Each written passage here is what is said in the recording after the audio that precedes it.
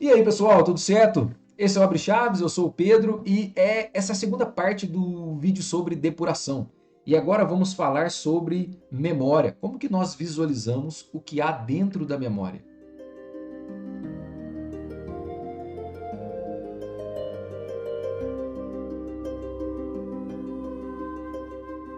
Bom, vamos lá. Retomando o exemplo do vídeo passado, aqui eu tenho um exemplo bem simples, que é a declaração de uma variável, a atribuição do resultado do retorno de uma função a esta mesma variável e depois a exibição dela no console. Né? Esse programa está funcionando, ele só exibe o resultado da soma e perfeito, ok. Só isso. E como é que eu faço para ver o que eu disse, né? Para nós vermos o que há dentro da memória? Se eu colocar um breakpoint e executar o meu programa vai parar, certo? Quando ele para, eu posso vir aqui na opção Debug, Windows, Memory 1. Olha só. E essa ferramenta é muito legal. Então, o que ela mostra para a gente? Primeiro são os endereços de memória. Os endereços de memória eles são em hexadecimal. Se vocês olharem aqui, existem 16 hexadecimais. Por quê? Eu estou rodando um computador de 64 bits, então os endereços representam valores 64 bits de informação. Certo? Basicamente isso aí. Então, dentro de cada endereço eu consigo guardar 64 bits. Mas quando eu crio variáveis e tudo mais, essas variáveis elas são alocadas em endereços diferentes, a não ser que eu tenha alocação de memória contínua, que vamos falar no futuro, no caso de arrays, por exemplo. Mas vamos lá, o que eu quero ver aqui? Olha só, o meu velo aqui está mostrando 367. E aí eu disse que é um lixo. Vamos tentar encontrar nosso velo aqui. Aqui em cima você tem o address, que é qual é o endereço que você quer buscar. Então eu posso digitar um endereço em hexa, ou eu posso digitar um e-comercial e velo, que é o nome da minha variável. Se eu apertar, ele vai me dizer qual é o endereço dessa variável, certo? E aí ele está me dizendo que nesse endereço eu tenho a informação 6F010000, certo? Porque esse é o tamanho de uma variável inteira. São 4 bytes. A partir desses 4 bytes, a maneira que eu leio, né? Porque se vocês olharem, os endereços são crescentes. Então é como se essa memória tivesse invertida. Ela estivesse crescendo de cima para baixo. E aí eu tenho que ler os valores invertidos também. Então, na verdade, eu tenho que ler 000001 6F.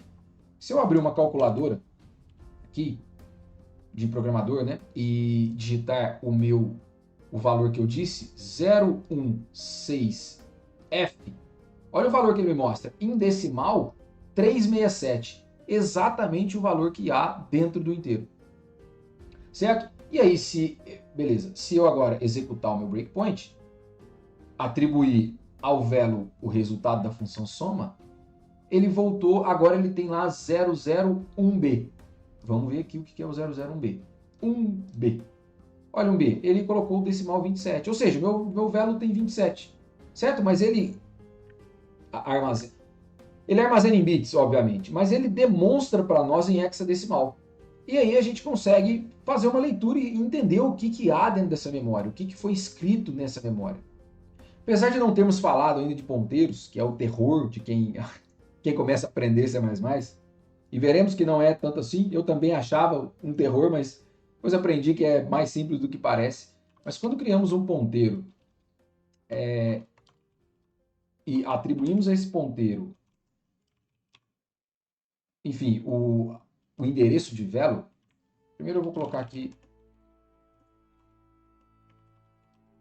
aliás, melhor, vou colocar o velo depois do ponteiro, certo? Então, primeiro eu crio a variável, atribuo a ela e depois eu atribuo 10. Beleza. Vamos interromper aqui e executar de novo. Então, se executarmos agora o programa com esse ponteiro, olha o que acontece. Beleza, o ponteiro pvelo aqui, ele está guardando o endereço de velo.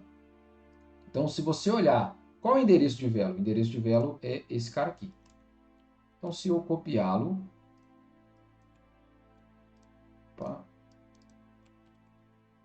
e salvar aqui, ó, já está aqui, inclusive. Não, desculpa, ó, colocar aqui, beleza. Quando eu tenho vários Cs assim, o compilador diz para a memória, olha, guarda esse espaço aí que eu vou utilizar. Não é lixo, mas, enfim, é só para informar, para sinalizar que esse espaço será utilizado. Só que esse espaço ainda, ele não tem nada. Ele só, o pvelo é o endereço, apenas. Quando eu executo o velo igual a 10, que é quando eu atribuo um valor, veja que agora esses valores recebem 10. Esse endereço recebeu 10, que é o A. Se nós olharmos na calculadora, mais uma vez, e colocar A, vocês vão ver que é 10 em decimal. Certo?